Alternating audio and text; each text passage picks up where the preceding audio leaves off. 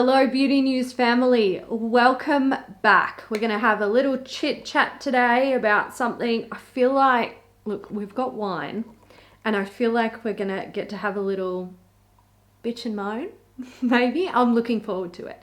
Kat, tell them what we're getting into today. Okay, so we asked recently, or a few weeks ago anyway, on our community tab about gimmicky products, either good gimmicky products or bad gimmicky products.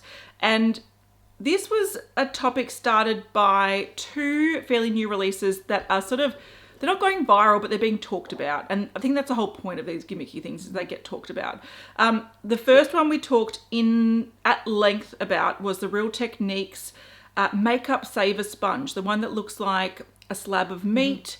Apparently, we haven't got it here yet, so I haven't tried it, but apparently it's not a soft silicone, it's a hard plastic. So it's like, it is like slapping your face with the sole of a shoe.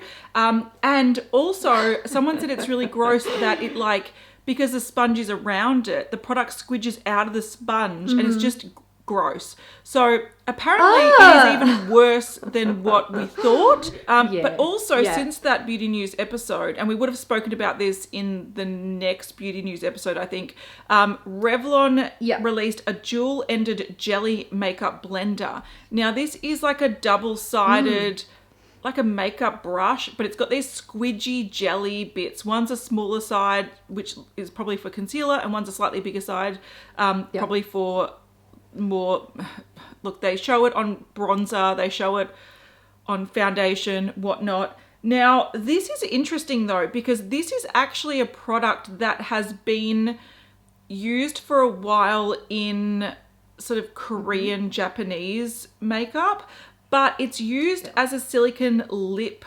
brush or applicator. So that sort of blurred out lip that they like, you use this for that. Now, the interesting thing is Revlon has taken it, probably thought, oh, we can sell it to a mass market, but that blurring lip thing isn't really big in the Western market, so we'll apply it to base products.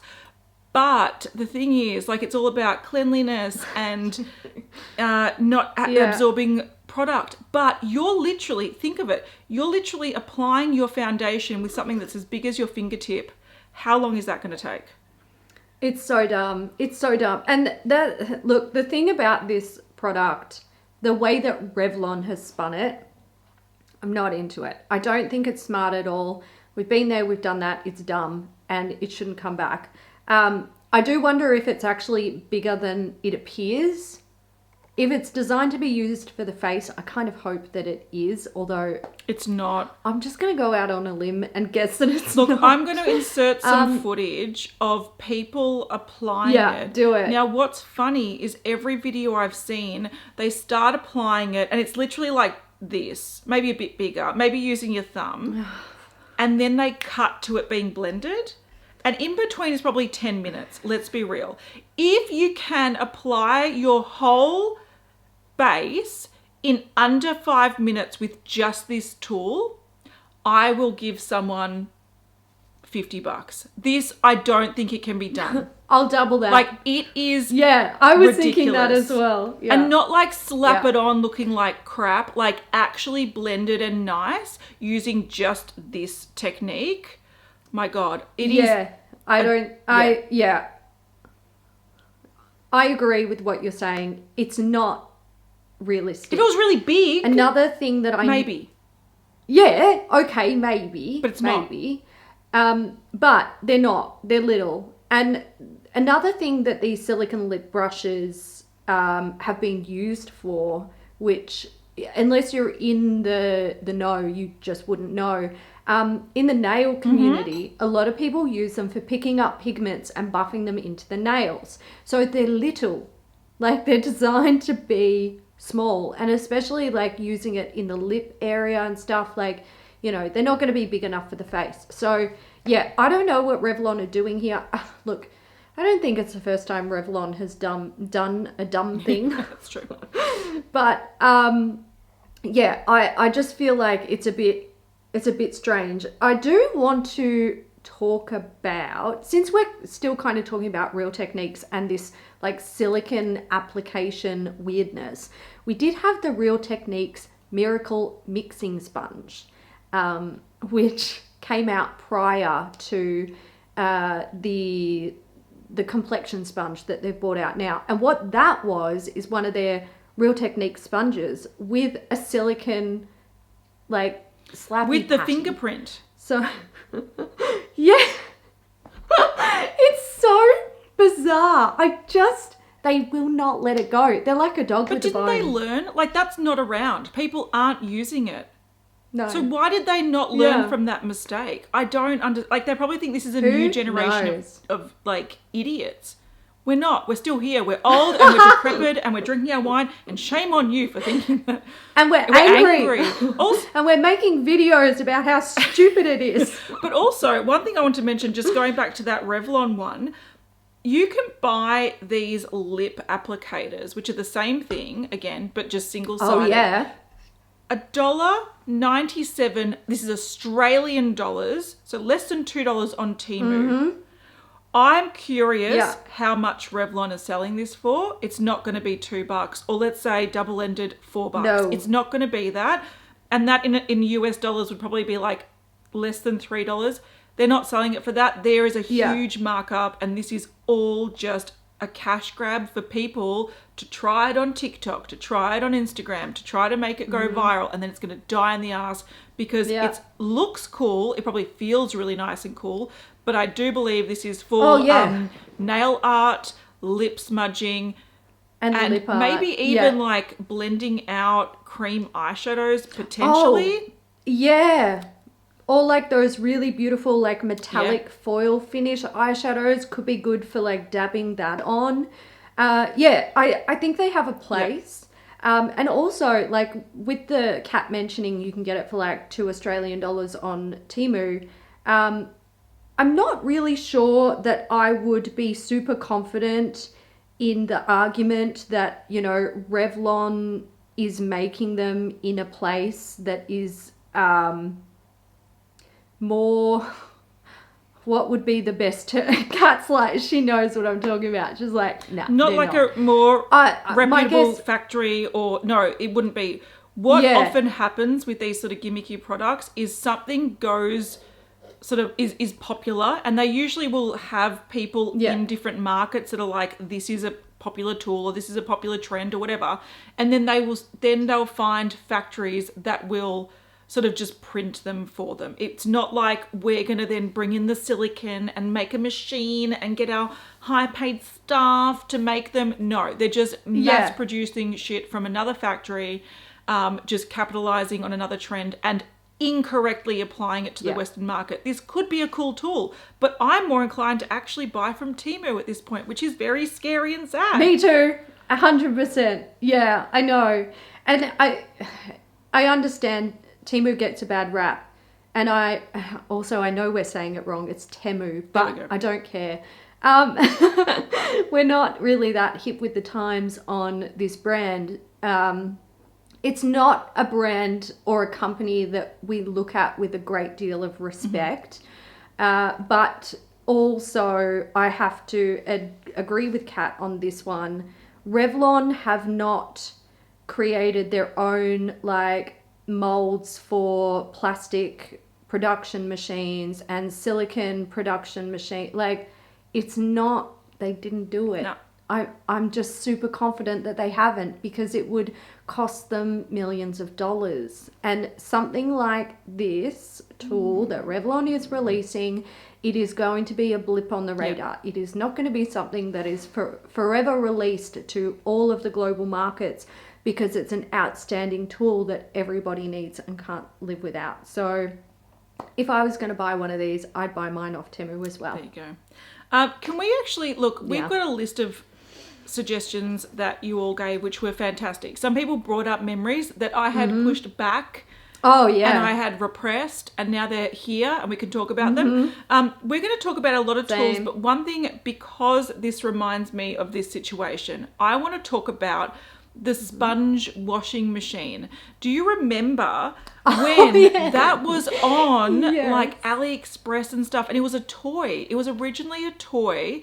Yeah. And there was also other toys as well in the range. And they were super cheap. A couple of bucks. It was like this little washing machine. You put water in it, go around, whatever. And then you drain it out. And haha, isn't that fun? Yeah. Then all of a sudden, people started using it as sponge cleaners. And this was at the height of sponge fandom. People were like spending lots of money on sponges. Sponges were like huge.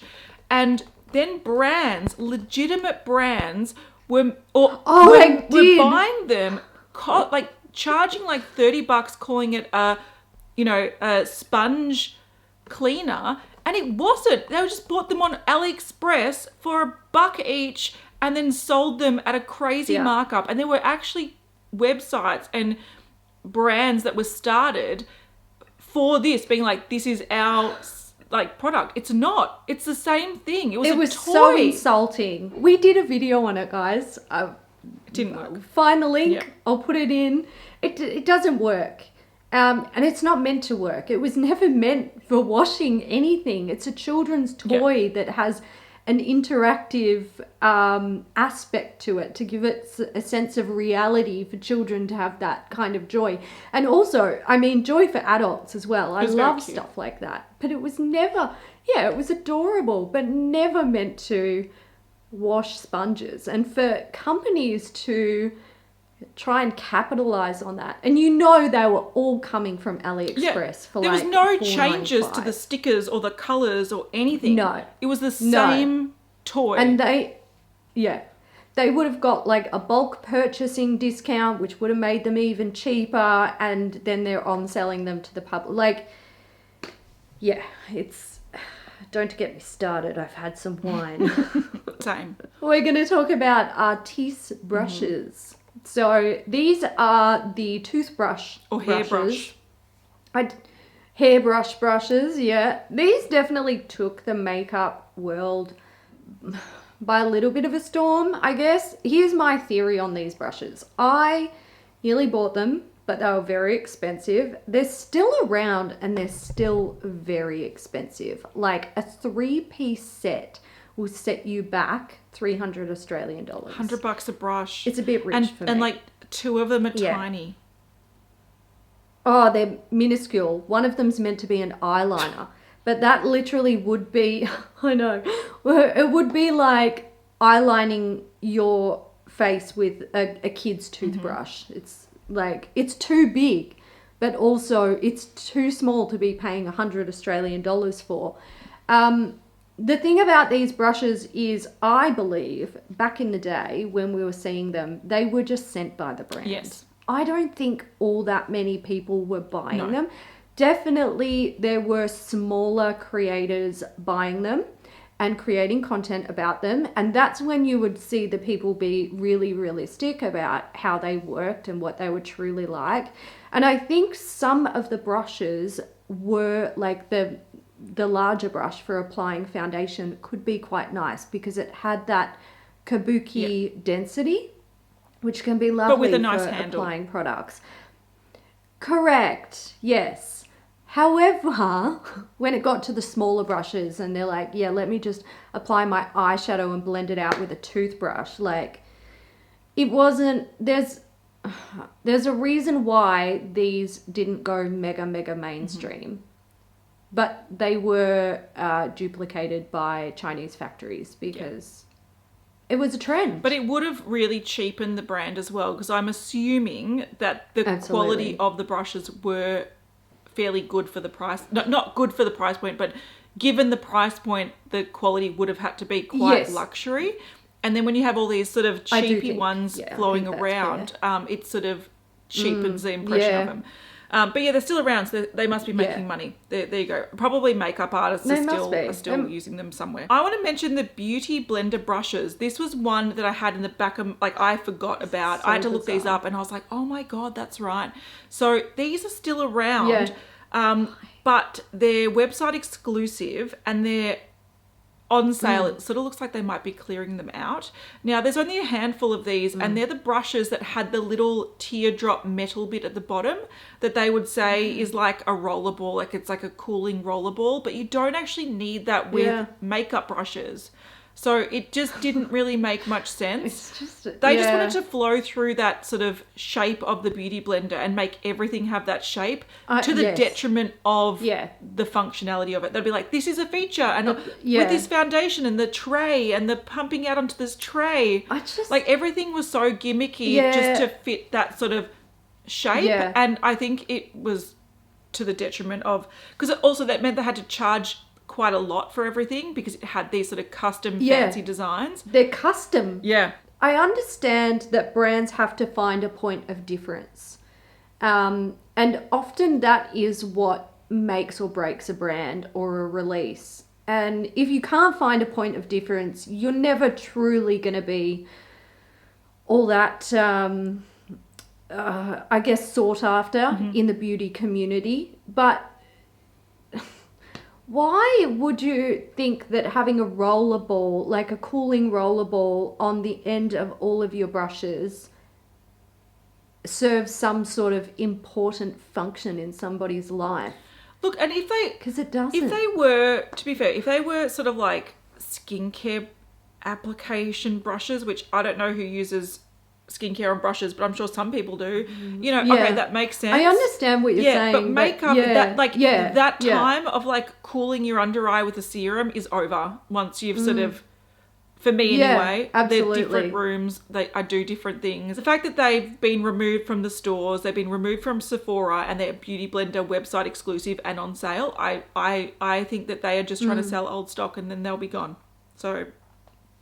I think so. All right, we're going to talk about more like blending tools. Does anybody remember the Eevee Blender? Because I repressed this memory. Well. It's horrible.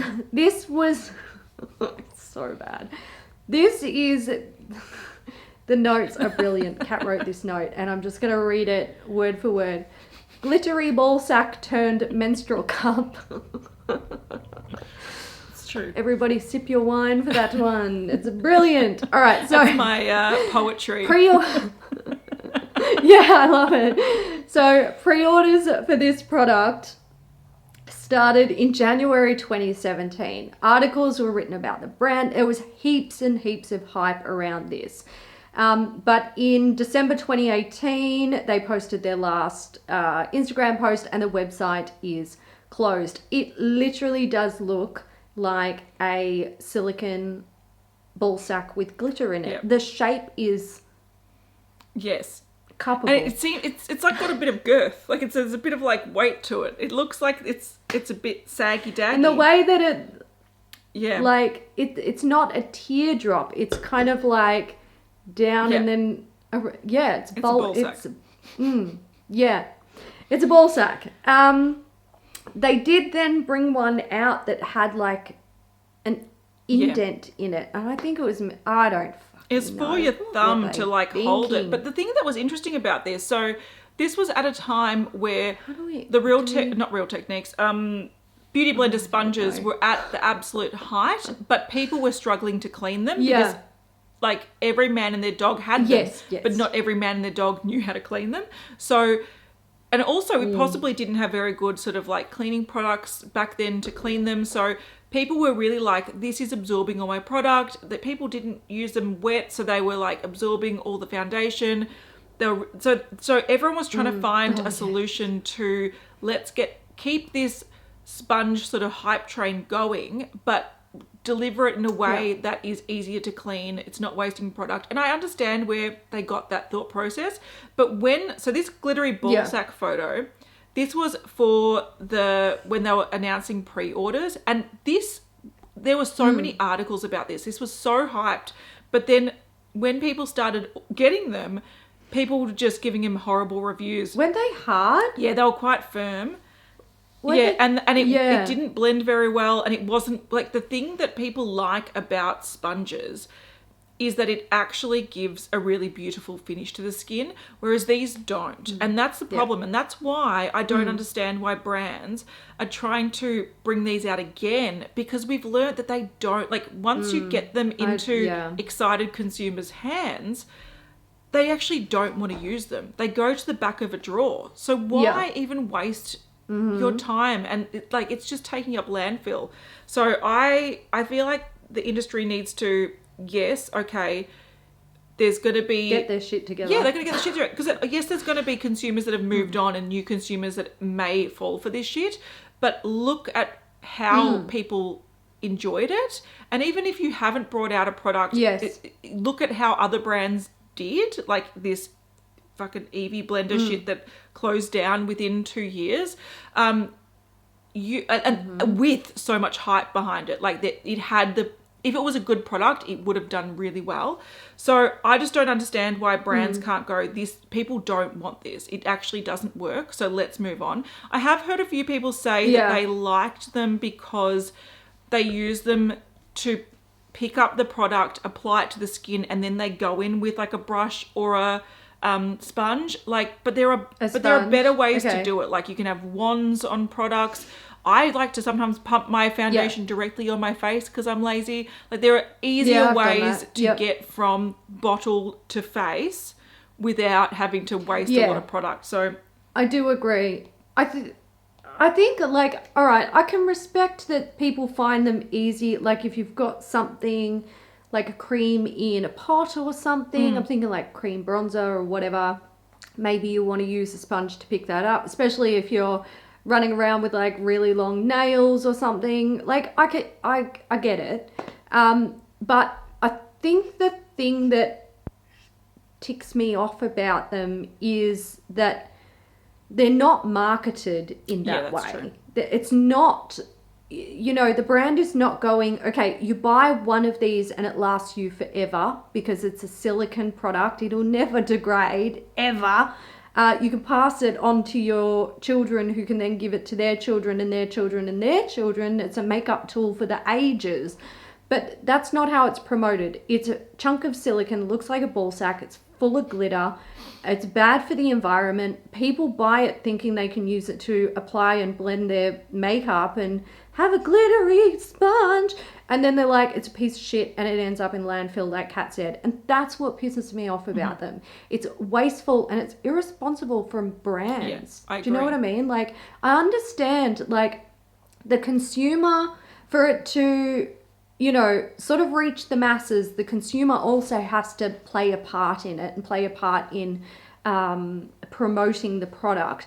But at the end of the day, the brands are making it and they're promoting it. So they're just as toxic as anyone who's like, you know... But I would say that they're worse though, because they're for the shits and gigs. Promising... They are worse. They're promising something that people are like, this is a solution to a problem that I have. To fix a and then problem. It's not actually a solution. And that's the problem with it. I think we'll jump on to the super sponge so we can get these sponges out of the way. I think so. This is no longer around, but I'm going to say the super sponge was the best option out of all of these that we've discussed. I agree. So what it was... I think I still have mine. Yeah, I've got one somewhere. So essentially what it was a sponge, but it had the thinnest coating of silicone. So it was almost like they dipped it really quickly in silicone and it had this very, very thin, almost like cling wrap sort of thickness silicone around it. And what it meant was that you had the flexibility of the sponge, the sort of blendability of the sponge, but it didn't absorb the product. This was way better. And this didn't even... This is not around anymore. So even the best option out there didn't survive. I'm going to say my issue with this was I actually found it more annoying to clean than normal sponges. Yes, absolutely. The thing is, the silicone coating on this is not impenetrable because Kat said it's quite thin, which means over time it does get damaged. Product can get in there, and it is difficult to clean. But I have to agree that this is the best silicone sponge duo alternative that was released on the market. I still have mine. I love it. If you love that sponge and you do want an alternative, Makeup Forever actually have one that's still available on the market. It's called the HD Skin Foundation Sponge. It's a bit different though. Theirs has the silicone on a small section on the bottom of the sponge, and the rest is just normal. So there is still a version of this on the market. Is it one of Makeup Forever's most popular products? Probably not. Most people probably don't even know it exists. So that says something. I correct. I found it researching. I didn't know either. I actually think this design's better because for me, I agree. if you do want that silicone edge to just pick up the product, you have the one flat side to do it, put it on, and then turn it around and use the bulk of the sponge to blend it in, because I actually think you need to absorb some product to get a nice smooth finish. Like otherwise you're just sort of like moving it around. Yeah, realistically, I hate to say this, but most people are applying too much makeup to their face. That's true. And to actually make it look nice and like worked in, you need to remove some of it. I 100% agree. Yeah, 100% that's agree. right. Yeah. We'll talk about the velour puff from Tati Beauty as well. This one's a funny one because I would say these sort of puffs, and I've still got mine, these sort of puffs have been around for a long time. Makeup artists use them. Other brands had them, but Tati Beauty introduced them in a way that, she was acting like they were revolutionary, which they aren't because they're a product that's been around for a long time. Exactly right. You find them in multiple things, compacts and whatever. You find them everywhere. I've got so many of them. I've got so many of them. But she started the trend of using it with wet products, whereas normally what people do is use it with powders, or they use it to like lean on things without sort of getting marks. I think she did use it in a different way. So I think it was a little bit interesting from that perspective. I don't think this... it seemed gimmicky because it was very, very popular and then died off, but it died off with her brand. Yeah. So with all the legal issues, it died off with her brand. I don't actually think it was a bad product. Again, not the easiest to clean. It's not a better alternative to a sponge because it's easier to clean. It's actually harder to clean, but it was a nice finish. But you can get these everywhere. So not everywhere, but you can get them from many different brands, and especially makeup artist brands. So this is not a new product. It's just she sort of had a twist on how to use it. I have the Linda Hallberg one here, which is a velour puff, and I quite like it. I think it really does depend on what you're trying to create or do with the makeup. And I think a big issue with velour puffs is people probably just don't know what the purpose is all the time. And like Kat said, they're hard as fuck to clean. They're an absolute nightmare. So, look, I'm pro velour puff, but it really depends on the circumstance. And I agree with Kat. I think the trend of velour puffs died when Tati's brand died, but that's only because you may have really only realized that like velour puffs were a thing via Tati. I agree. And her brand. 100%. And she also has a tendency to only use things when she's sort of selling them, I find. All right, we're going to talk about eyelash combs. Now, I don't know who suggested this, but we're going to have a fight because you're wrong. These are fabulous. I've used them for years. Essentially what we're talking about here is, I think what they're talking about is the metal eyelash combs. They may also be talking about the ones that are dual-sided where, hang on, I've got one right here. It's plastic on one side and then it's like a little brush on the other side. So something like this, you've all seen it. What I'm talking about are these dangerous babies, the metal eyelash combs. These are fantastic. Excellent for getting like the clumps out of lashes. These are, they all belong in the bin.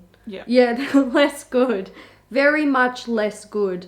So if you're talking about these, I feel you and I'm on your side. But if we're talking about these are great, although they are dangerous.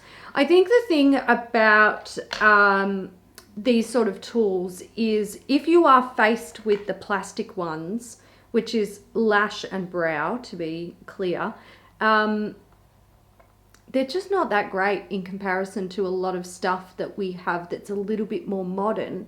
But these have been around for so long, since like the dawn of makeup time, essentially.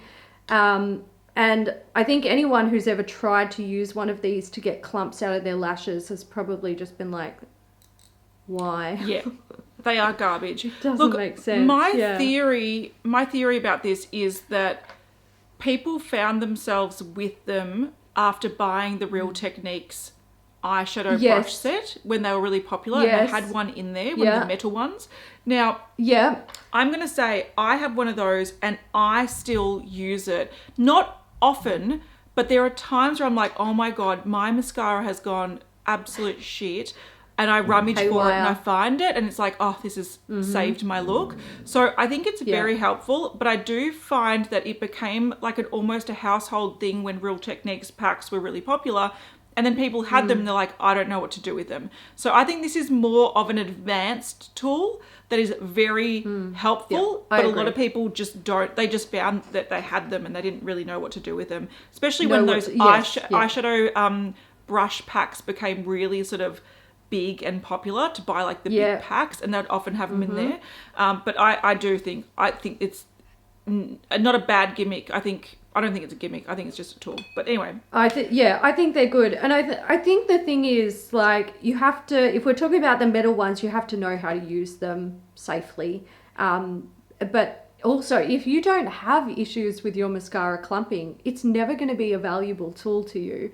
Because that's exactly what it's for, defining the lashes. So yeah, I'm pro metal eyelash comb these days. All right, we have a Gimmicky makeup product. It's from Kaja. Technically there's two, but the one that we really have a problem with is the Kaja Roller Glow.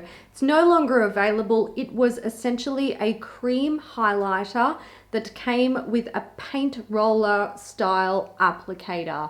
What are they doing? Who knows why? There's a reason why this doesn't exist anymore, because it's junk.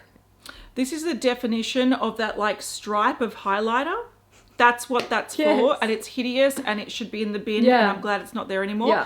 But what they still do have, which I don't think anyone complained about this, but when I was browsing their website, I was like, why is this still a thing? They've got their blush that has the like heart stamp, like the sponge stamp as an applicator. Yeah. And they don't even show it as like, oh, you can stamp on a heart and isn't that cute for music festivals. This is just supposed to be how that you apply it and then you blend it out. I just think this is silly, but it is what it is. It's a bit pretentious in the fact that it doesn't need to exist like that. Correct. 100%. What didn't need to exist and disappeared because it was shit, MAC and Revlon both had roller liners. Do you remember these? They had that little ball at the little wheel at the end, and it'd pick up product, and then you'd like wheel it along. It's like a little pizza cutter. These were garbage. These were so bad. They were bad. We did a video on, I think, the MAC one. I don't recall raving about it. I think we might have been like, it's not. I feel like it might have been a bit mid at best, because I really cannot, like, I forgot about the product completely, and until someone mentioned it, I was like, oh yeah. But we can link that as well, so you guys can check that out if you want. But I think the last thing we should talk about, sort of in the same vein as the roller liners from MAC and Revlon, are wing liner stamps. Now these ones, I think you're either on one side of the fence or the other on this. You either love them or hate them. I think these will always be around, because I definitely think there's a market for these sort of problems, or for these sort of products. They are because people who have but there are people who have mobility problems that essentially couldn't do a wing liner without a product like this. So it essentially stamps a wing onto your eye. Now, I've tried them. I don't think Look, I just think they're a little bit more of a hindrance than anything, probably because I'm already comfortable enough doing my own wing eyeliner, but also because of the shape of my eye. It's quite hooded and deep set, so I've got creases in places where you can't stamp over it. Like, it doesn't work, you know? Yeah. So I think there's a market for it, and I don't think it's completely gimmicky, but I think you're either going to love them or hate them, honestly. I agree, because if I ever say anything bad about them, there are some passionate people that's like 5% of people are like, I can't do my eyeliner without these. These are fantastic. Da da da. So there are people that love them, and I hope that they are around forever for that audience. I don't think this is going to be the way that people do their eyeliner, simply because I find that it's harder to get this even and looking good than using a multitude of different techniques. So like Hailey, I had to learn how to do my eyeliner back in high school, which is over 20 years ago. So I've been doing eyeliner for a long time. Yes. But even just things like getting an angle brush and stamping it and going from there, I think actually gives you more control and a better effect than using the eyeliner stamper. I just found that it was hard to line up, hard to get it close to your lash line, hard to get it looking like the even angles on either side. And it was like, I always found that they just weren't the right shape for my eye shape as well. They're always just a little bit long and flat and looking a bit strange. So I don't, like, there are going to be people that are like, I really want a wing and this is the only way I can do it. And that's totally fine. You buy them, you enjoy them. But for most people, I do agree with you. I think it's more of a hindrance than a help. And I think the effect that you can get with a little bit of practice, and even just looking up 5 different techniques of how to do your eyeliner and find one that works for you, I think you can get vastly better results from doing that than using a stamp. Yeah. And so for me, this is a gimmick that I'll never, ever, ever, ever, ever try again. But if you do have mobility issues and you find going like this with a stamper is easier, then more power to you. Absolutely. Yeah, I agree. There are so many factors that come into play for these wing liner stamps to actually work for someone. If it is your only option, 100%, I agree. Like, go for it and love them, and that's fantastic. But if you struggle with them, like, there's reasons why. So yeah, I'm on camp no wing liner stamp. But I do think there's a market for it. So that's it, guys. We're going to wrap it up. We want to know your thoughts. Tell us, do you think anything that we spoke about is or isn't a gimmick in this video? Do you still use your Eevee Blender? Yeah. I want you to take a photo of it and tag us on Instagram if you do, because I want to see your shiny ball sack. Really hope you enjoyed it. And we will catch you guys in the next one. Bye. Bye.